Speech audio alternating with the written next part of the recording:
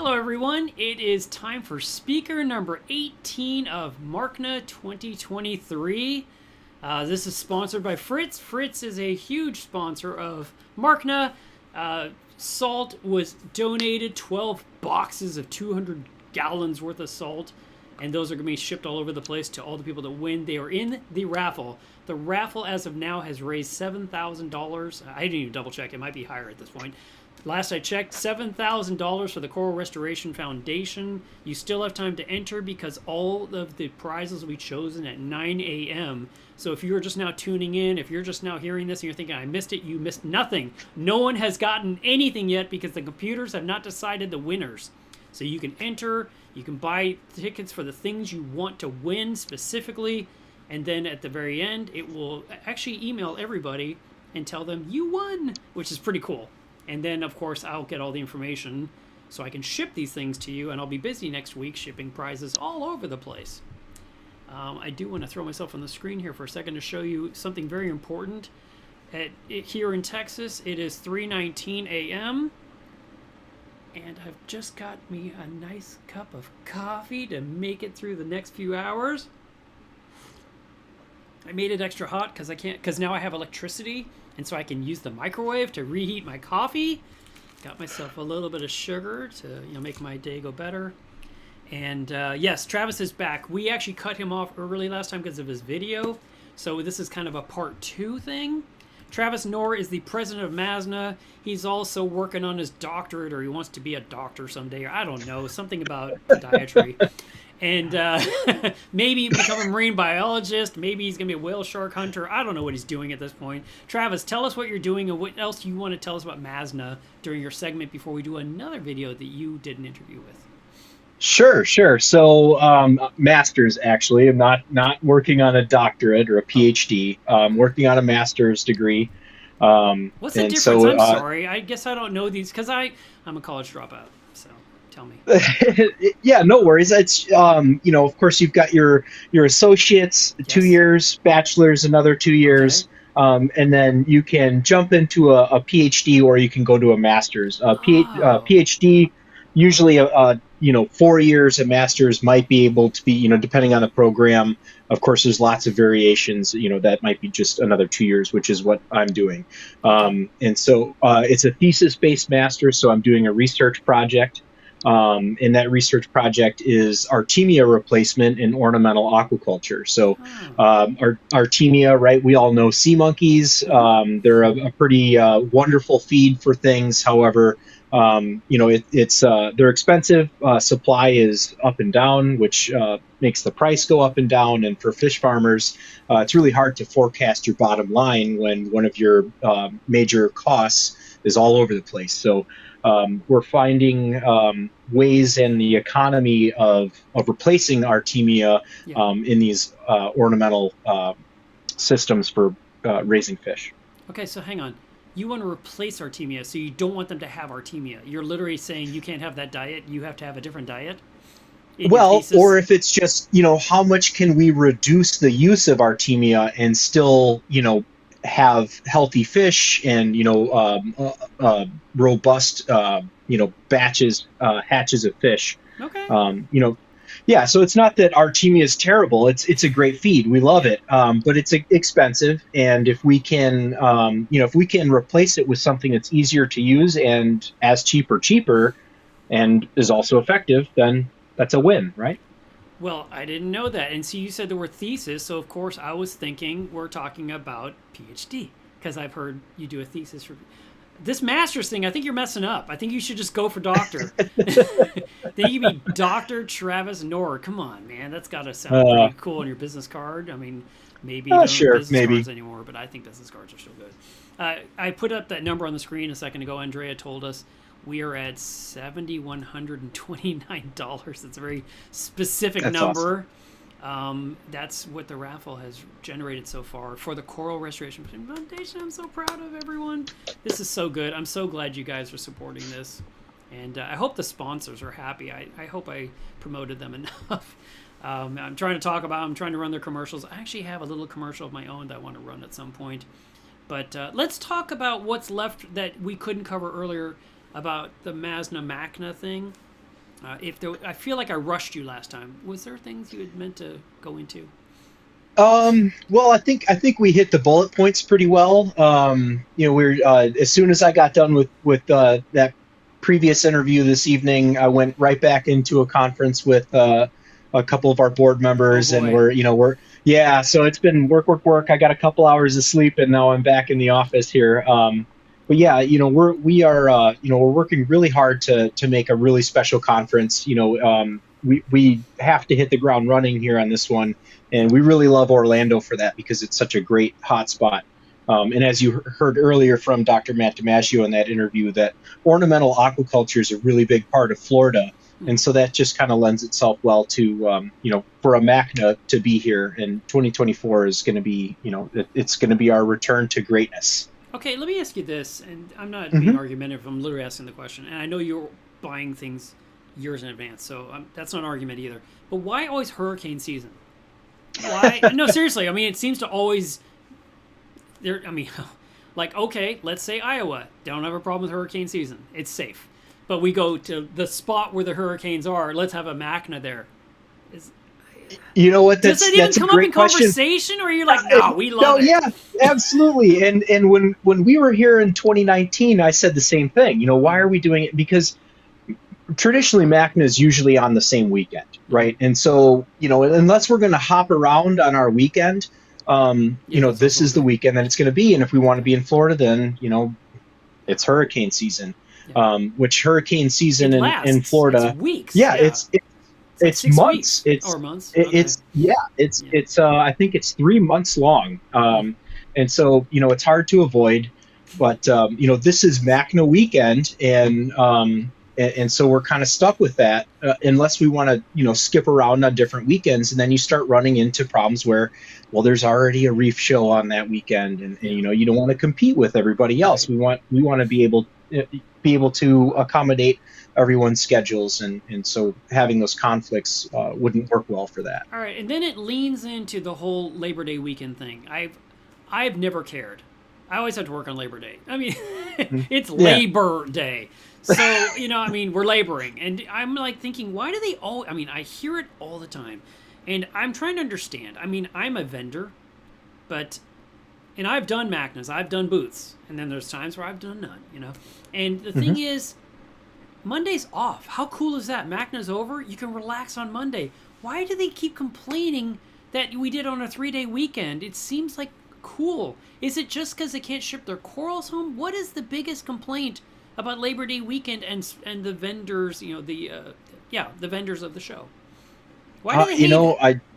I really can't answer that question because, Hmm. the attendees seem to really like it. Yeah. So, you can't please everyone. Yeah. And we try really hard, and, we feel bad when people are not completely satisfied. So Yeah. we try our hardest to make sure that everyone is getting what they need out of the conference. And, Okay. truthfully, it's not possible to please everyone.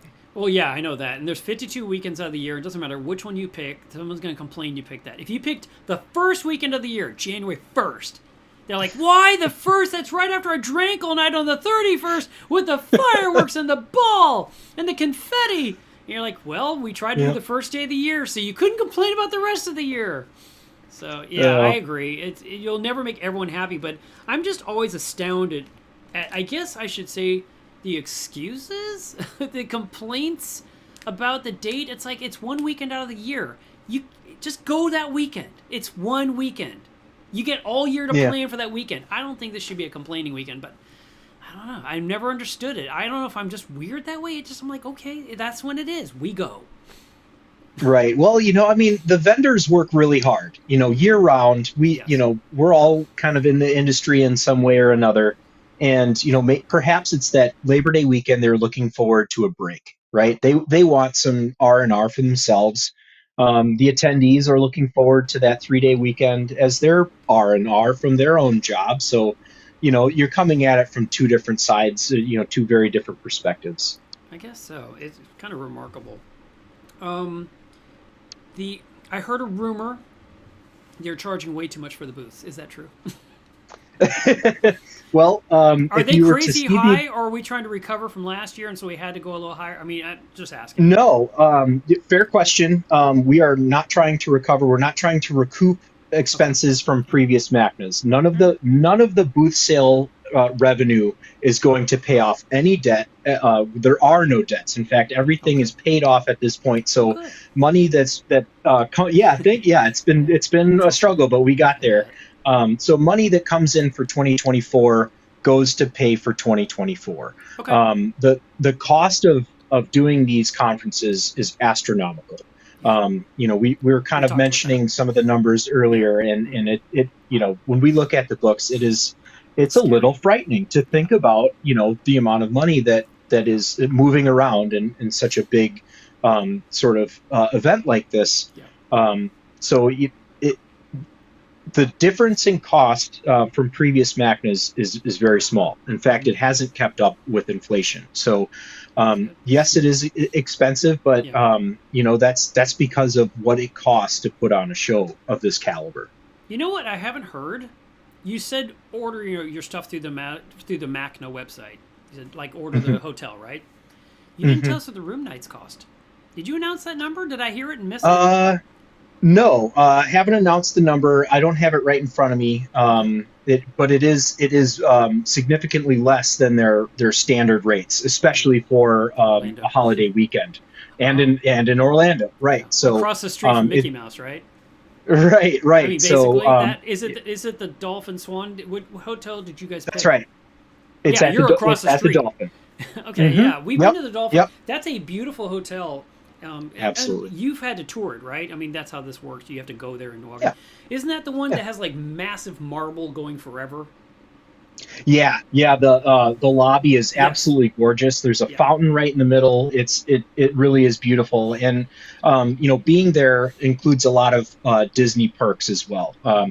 For folks that are traveling with their family, Yeah. there is a special park rate for MACNA attendees that Nice. extends 3 days previous Hmm. and 3 days post event. So you can come to Orlando, you can go visit the park, go to the show, stay longer, visit the Yeah. park some more, and so you get a whole lot more than just the event itself. The last time I went was the first time I've been to Disney World in my life. I've been to Oh, Disneyland. really? I've never been to Disney World. Okay. My friend Ed, he was with me because I make him go. I literally buy his ticket and we're going, and then he helps me with my booth or whatever.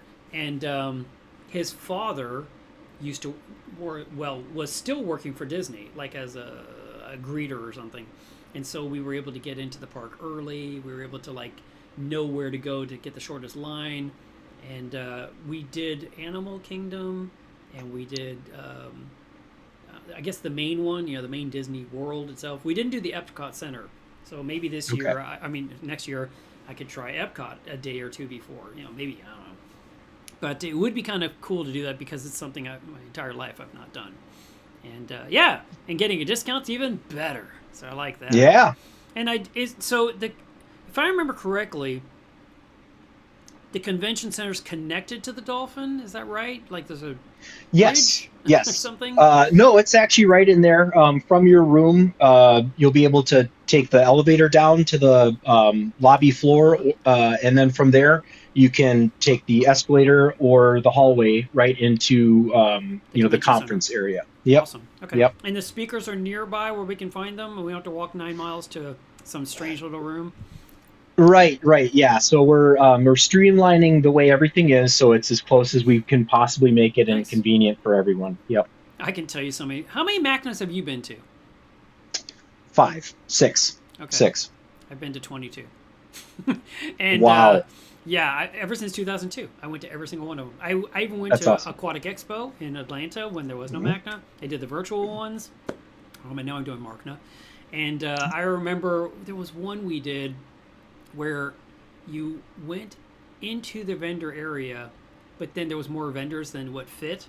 So there was like this strange L-shaped hallway off the side with more vendors, and there was like another room they opened up for like a few more that people no one knew to go there, and so a few. I'm not saying horror stories, but some of those vendors were like no one even knew we were back here, and I'm like all you had to do is follow the crowd. It went everywhere. I mean, I saw people everywhere, but I understand if you can't have everyone in one area, it does get kind of weird. And I know it's super hard to plan those. You would think it's easy. We're just going to fill it up. Mm. But then the fire marshal gets involved and says, this aisle has to be 7 feet wide, and there's a pillar? That doesn't count. That pillar's part of the building. We need 7 feet all the way around that pillar, too. So you can't have a vendor here or here, and you lose 2 prime spots because of the structure of the room. I mean, I know exactly what you're going through. I have lived it. Yeah, you're absolutely right, and we've really thought a lot about the floor plan for 2024 to address that exact concern. And so what we've done is we've kind of spread things out a little bit to give people a little bit more room, and then I don't want to spoil any of the great surprises yet, but we're working with Moat Marine Labs to do some live coral fragging Nice. For spectators on the show floor. Okay. And there's some other really exciting things going on. So what we're trying to do is make sure that there aren't any areas that are less exciting than others, so that people can really just wander around and really have a great time everywhere that they go on the show floor. That sounds awesome. This sounds great. What else? What did we forget to talk about? Yeah, so Education Day, that's going to be Friday. When you go to sign up on the website, you're going to see that you can... If it's Friday, What? is your Friday a shorter day, or are you going to go full day because it's Education Day? Do we start early in the morning? It is a full day, right? It starts early in the morning, Okay, goes good. until 5:30. Okay. Lunch break, coffee breaks in between as well. And then when you go to sign up for Education Day, if you buy the full conference pass or just an Education Day pass, Right. there's going to be 3 different tracks, so 3 different lecture tracks. You can pick and choose a la carte from the 3 different tracks, so you're not stuck in one or the other. So you can pick different lectures that are interesting to you and also, at your skill Yeah, like level. beginner, So intermediate, expert. Yeah. you got it. Okay, And that's and smart. so everything from the biome in an aquarium, some very simple basic stuff, Yeah. to advanced lighting, dosing, control and monitoring, Yeah. technology stuff as well. Okay. So it's going to be really fun. And then each one of those tracks ends with a hands-on workshop. So the Education Day is going to be a lot of fun. It's a little different than what we've done in the Right. past, but we're trying to make sure that there's lectures for everyone's skill level, because we hear feedback on both ends of the spectrum. Oh, they weren't advanced enough. This is basic stuff. Oh, why are they using scientific names? I don't know what any of that means. So we're trying to make sure that everyone feels like they have something that suits their needs. Okay. Sounds good. I heard you say this earlier. I know this is a live stream going out to the entire world, but I'm just going to tell it to you anyway. I don't Okay. think you should say this is not just a frag swap order, because it's never a frag swap.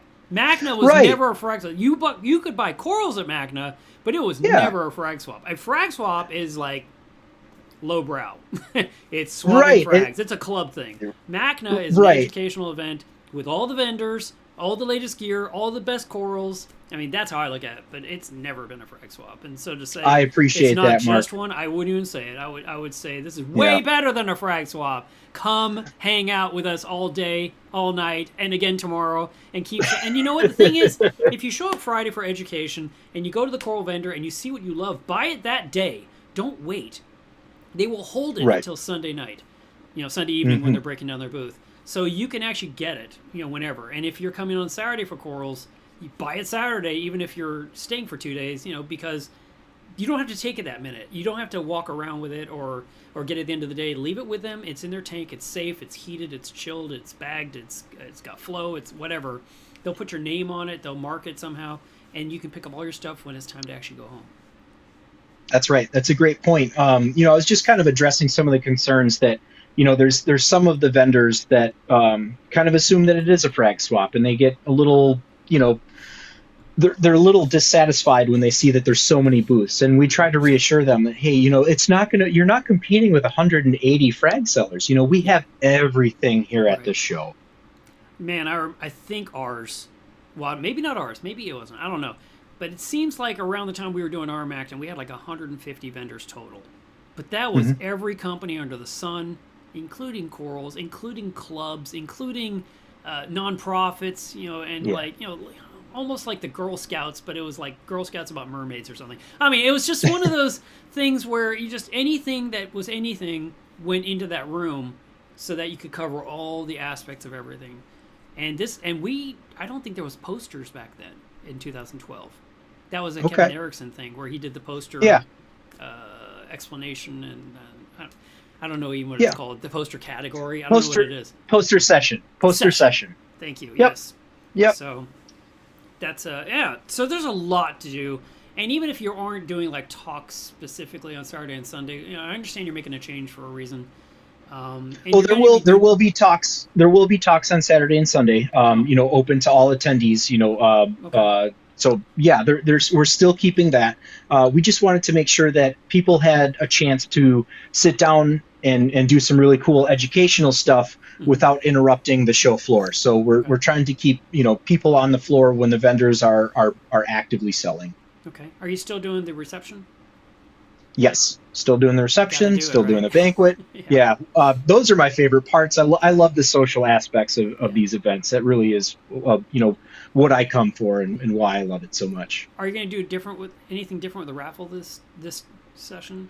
We've teased some ideas around, again, trying to satisfy everybody, all the feedback that we've gotten. Some of the feedback from vendors is, it's so loud on the show floor when they're calling out the ticket winners, and but my wife especially, Mick Wall, she just loves the raffle, and that's one of her favorite parts. So we want to keep that as integral into the event as possible. So we've moved the raffle around. We've put it in a really good spot that shouldn't bother anybody. Actually bring people onto the show floor as well. Okay, all right. Someone just said no audio. I'm like, what? Everything's moving. I hear you. You hear me. It looks like it's going through the channel. Yeah. I hope everyone's getting this. Otherwise, we're just talking to ourselves. All right. I think we should do your video because we're running out of time again. It's 3:40. And this is like... Sounds good to me. So do you want to introduce this video? All right. So this video, pre-recorded, I did a tour. Again, this is going to be at the Florida Aquarium Center for Conservation. And this is with Josh Patterson and Aaron Pilnick. And they're going to be talking about their Diadema Urchin Aquaculture that they do. And this is for restoration. So you're going to see some really cool stuff here and how they are helping to improve the environment by culturing these urchins. Okay, and then at the end of this one, we will come back to you briefly, and we'll end this stream to get ready for the next stream. So Sounds great. great. A heads up. So I'm going to remove your little circle here, and we'll go ahead and go a little bit larger since it's a video. And that looks pretty good. Oh, actually, I like this better. So we'll hit play, and I hope you guys enjoy this. It's not muted. I want to make sure we can hear this.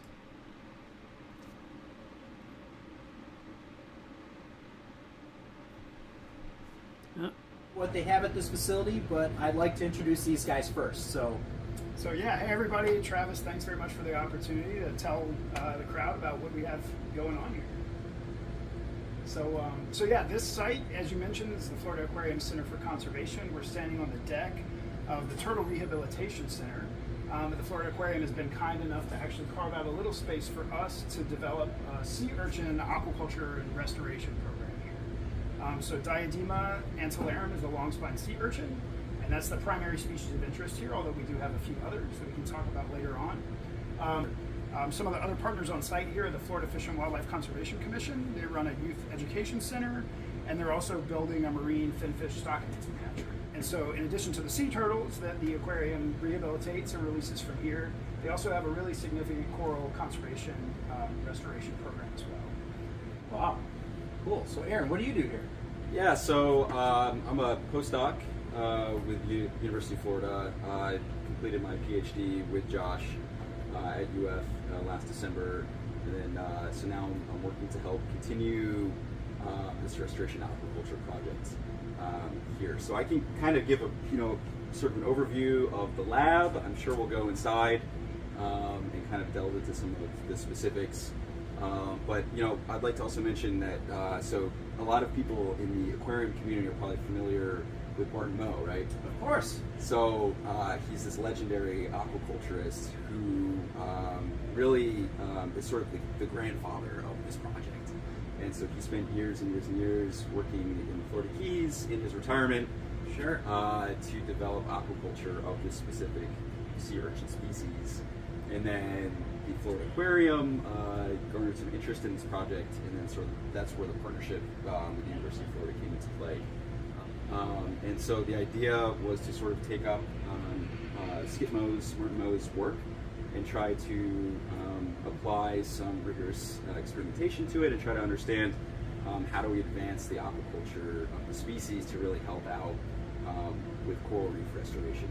I'm sure some of our viewers at home probably are familiar with tuxedo urchins and so on, and how those sort of function in a home aquarium. Yeah. Could you kind of talk about the long spine urchin and its function in the environment?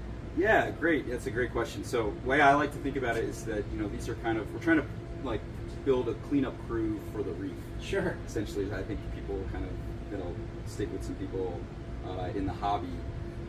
But essentially what's happened in the Caribbean specifically with coral reefs is that there's been this overgrowth of algae, especially since the 1970s, and this was really impacted also in the early 1980s when the long spine sea urchin suffered this mass mortality event. And then following that, we lost 99% of the population abundance in some of these reefs throughout the Caribbean. And along with that, we saw this huge proliferation of macroalgae, which anyone who keeps a reef tank at home knows that the algae can overgrow corals, and it's not just unsightly, but in terms of the ecology, it's a real problem because corals all of a sudden are not able to recruit as well to the live rock, and then also the algae can overgrow some of the coral outplants and corals that we're restoring on these sites. So there's a couple different strategies for trying to restore herbivory to the Caribbean, and so one strategy that we're focusing on here is this aquaculture and restocking process. So I see we're standing in front of the Diadema lab right now. What else is on this facility that you use to raise these urchins? Yeah, I can touch on. So this has morphed into really mostly a larviculture lab. So Okay. this is there's one of the greenhouses that holds corals and lots of other stuff, holds our broodstock. So we actually maintain a population of adult broodstock urchins that we induce to spawn using techniques that we got from Skip back when we first started doing this, and they've been really effective. So we'll actually go down to the greenhouse to spawn the urchins, collect the sperm and eggs, mix them together, and bring those embryos back up to the larviculture lab. And from there, they pretty much stay in here for around about 40 days. Normally, it's a really long larval period compared to a lot of other organisms, and that's one of the aspects that makes them challenging to grow. There's a lot of others that we can mention. We then have another area where another challenging aspect of the process is the settlement and metamorphosis. So as larvae, these things are just floating around in the plankton, and it's almost like a butterfly to a caterpillar, or a caterpillar to a butterfly sort of thing, where it's really this amazing transition from this pelagic larvae to a benthic urchin, and they look completely different. And so it's a pretty stressful process when the animal has to finally stick to the bottom, turn into a little sea urchin. And we're still sort of learning exactly what the best things for them to eat at that point are. And so there's another bottleneck in the process there, where we go from what we call a competent larva that's ready to settle to a juvenile urchin. And so we'll typically settle them in the lab here, and we figured out one of the best ways to do that is just in the larviculture tanks themselves. We'll just continue to feed them and get a nice biofilm on the surface, and they'll settle to those biofilms. We've also identified some cues, like a lot of coral larvae need specific cues to settle. Crustose coral and algae is one, Halimeda is another that we found that really just settle a lot. So we'll sprinkle in a few cues into those tanks, allow them to settle and grow to a size where they're manageable. They're a millimeter or so when they first settle, and so they're really sensitive to handling. Once they grow up a little bit, we have another sort of lab downstairs where we will collect them and move them into those early phase grow out tanks. And then from there, we're really sort of space limited. Sure. And so we're looking for external partners to help us with growing out to a larger size that should put back up. I can't wait to see more. But first, could you tell me a little bit about those external partners? Sure, yeah. So we've distributed urchins now. There's been, at this point, 3 releases of cultured urchins back out onto the reef, and that's a whole other area of research that we need to start pursuing is, just because we can grow them and put them back out on the reef, will they persist and do, what it is that Aaron described that we hope they're going to do. So we've distributed urchins to the University of Miami, Diego Lerman's lab down there, Bill Sharp and his crew at FWC Marathon. We've sent some to the Frost Museum in Miami as well. And then some of the other species that we've grown have gone to other coral rescue partners, for example, SeaWorld and Justin Zimmerman, for just cleanup. All right, so I'm here with Maggie. Now, Maggie, do you work here or are you a student? So I'm a student. I'm a second-year grad student at University of Florida. Okay, and so what do you do here as a student? So I am currently taking classes, I'm researching, actively ongoing experiments, writing, all sorts of things in the lab here. Experiments, you want to give us an idea of what one might look like? Yeah, definitely. So like Aaron was talking about earlier, we are interested in the culture of Diadema antillarum, the long-spine sea urchin, sort of for the purpose of eventually restocking them back out onto the reef.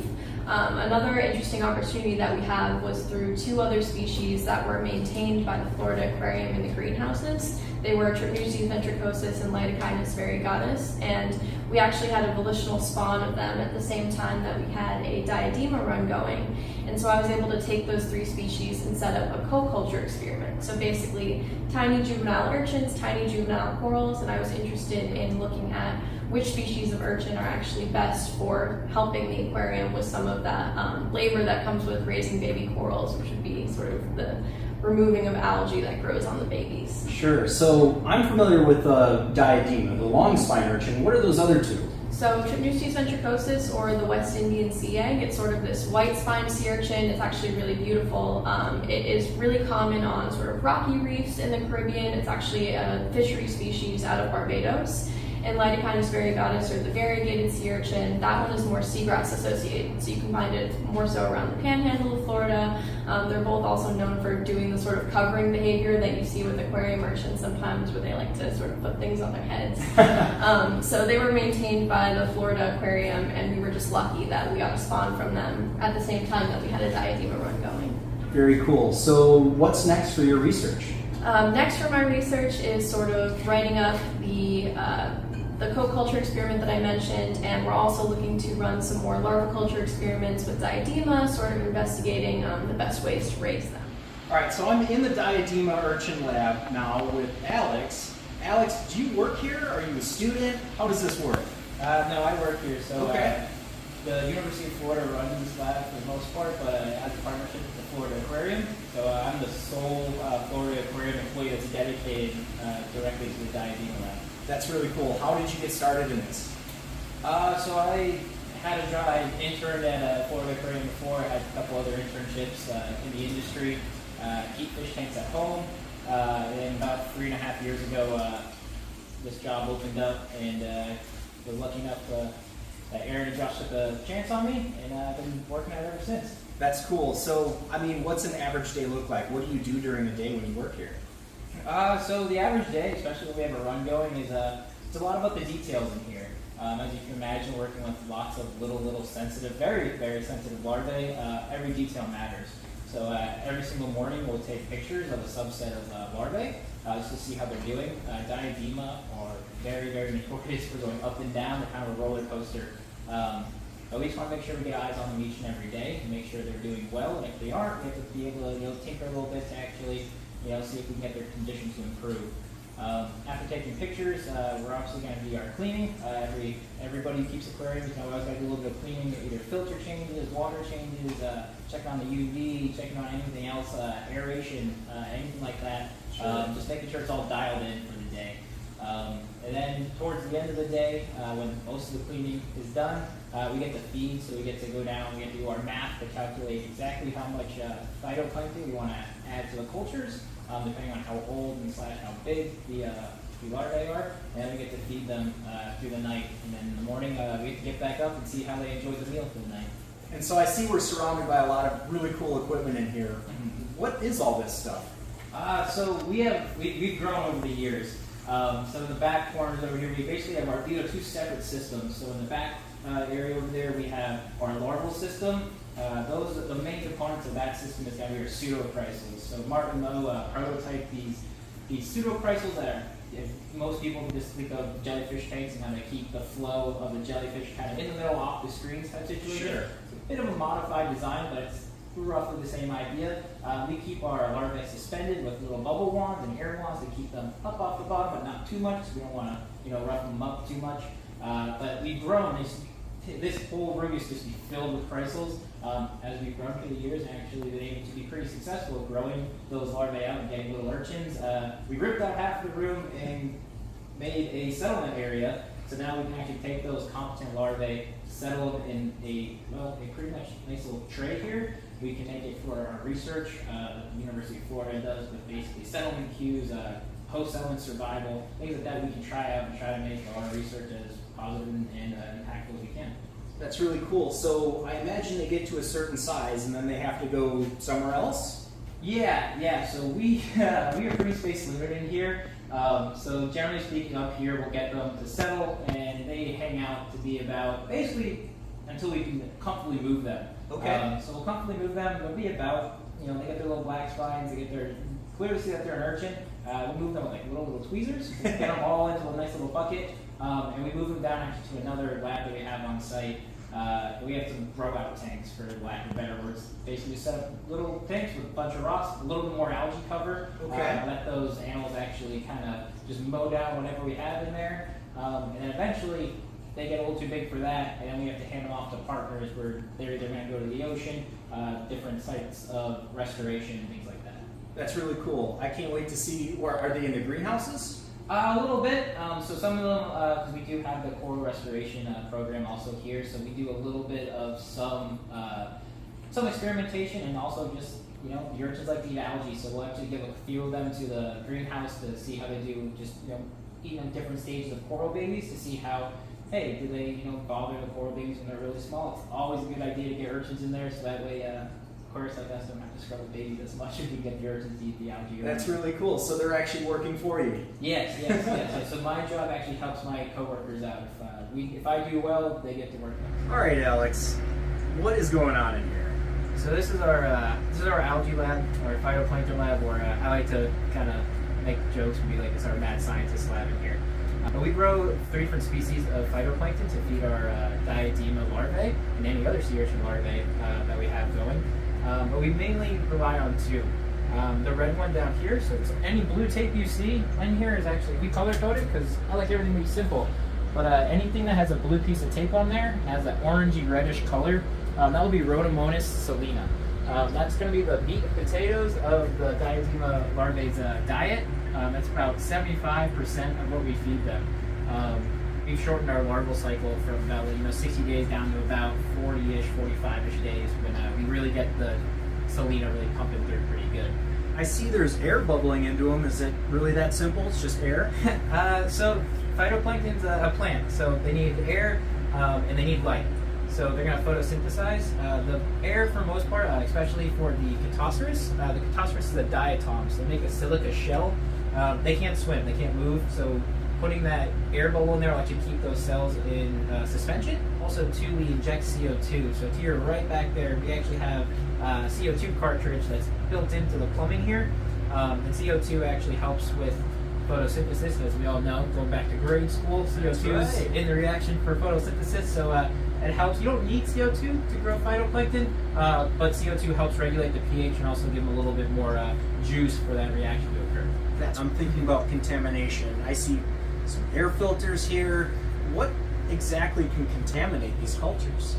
So just looking at it right now, we have 2 different species. So if you're not really careful, you can contaminate one species with the other, which is not good. But really anything. So at the bottom here, actually, we have just a flask that isn't having any algae in there, not connected to the filtration. That is actually just boiled water, so it's sterile at this point. We boil it up. We put the stopper on there, we plug the feeder line, and the other clamps are closed. So at that point in time, nothing's going in, nothing's coming out. And then when we actually do inoculations to try to keep them pure, we have our laminar flow hood here, and we actually can use that along with the Bunsen burner to give ourselves a nice little static airfield to keep everything nice and clean.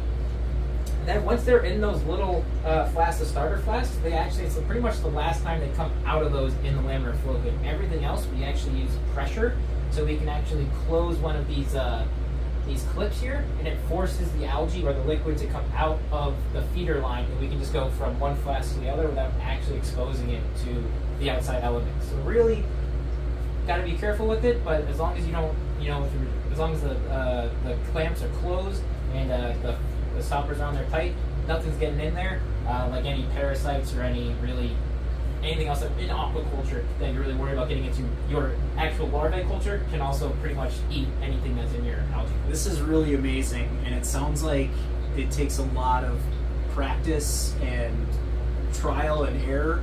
How long have you been doing this before you got good at it? So when I first started, Aaron and I banged our heads against the wall for a little bit there. I would say it probably took a solid year and a half before we got actually really good and felt comfortable with what we were doing. I felt confident enough to, like, if someone asked me, I'd be like, this is what I'm doing, I actually recommend doing this. So this is enough algae to keep you guys going in the Diadema hatchery? Yeah, for the most part. So we'll have the two, as you can see right now, those two we would feed out of right now. And then each week on Tuesday mornings, usually, if we're on schedule, Tuesday mornings, we actually will make 3 more of the 6-liter flasks. So at that point in time, we calculated having 10 chrysals going. And that way, at the very, very minimum, we can at least feed all 10 chrysals throughout the week if we have 3 of those going at the minimum density of 2 million cells per milliliter of algae. Wow, that sounds really cool. Thank you for showing me this. Is there anything else that maybe folks would like to know about it? You can do this. I know this looks really elaborate, but we started with growing this underneath a countertop. Okay. With just a little light that you buy at Home Depot. So if you ever have the urge to try this, just get some flasks and just kind of set them up. I remember my first internship, we grew algae with just a little bit of an air wand, a little air pump, and putting it in the windowsill. So it's doable. It's fun. It's a fun time. It looks like fun. Thank you so much for showing this to me. Of course.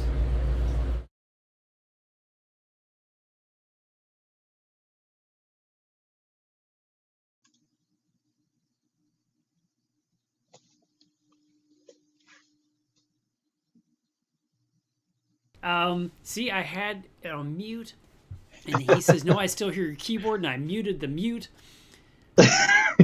Can you even do that? Yeah, I did. There's an extra button that he made me push. So let me turn off this audio monitor. I was just on the Rally Up website, which is where the raffle is, and there's comments on there. I didn't know there was comments down there. Did you see those things down there? No. On the bottom of the page, if you get past all the parts of the prizes, it shows the donations.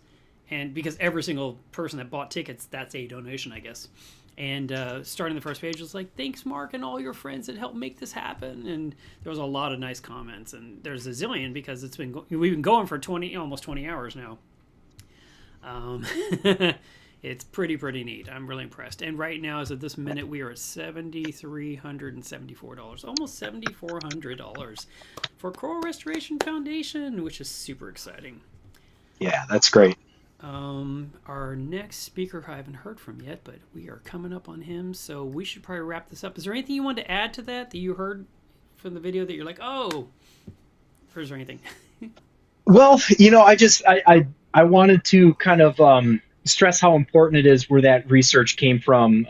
Skip Moe, Martin Moe, dear friend of mine, he's worked really hard in his home lab, for a few decades, trying to figure out these Diadema urchin. And if you don't really know the backstory, they're an integral part of the ecosystem, and they just died off. There's been actually 2 major events that have wiped them out almost entirely. And so you heard a little bit about from Aaron there, how macro algae then covers the rocks. Yes. And that prevents, corals from settling on the rock. So it impacts the health of the reef in a really big way. So, I just wanted to kind of give the acknowledgement to Skip Moe.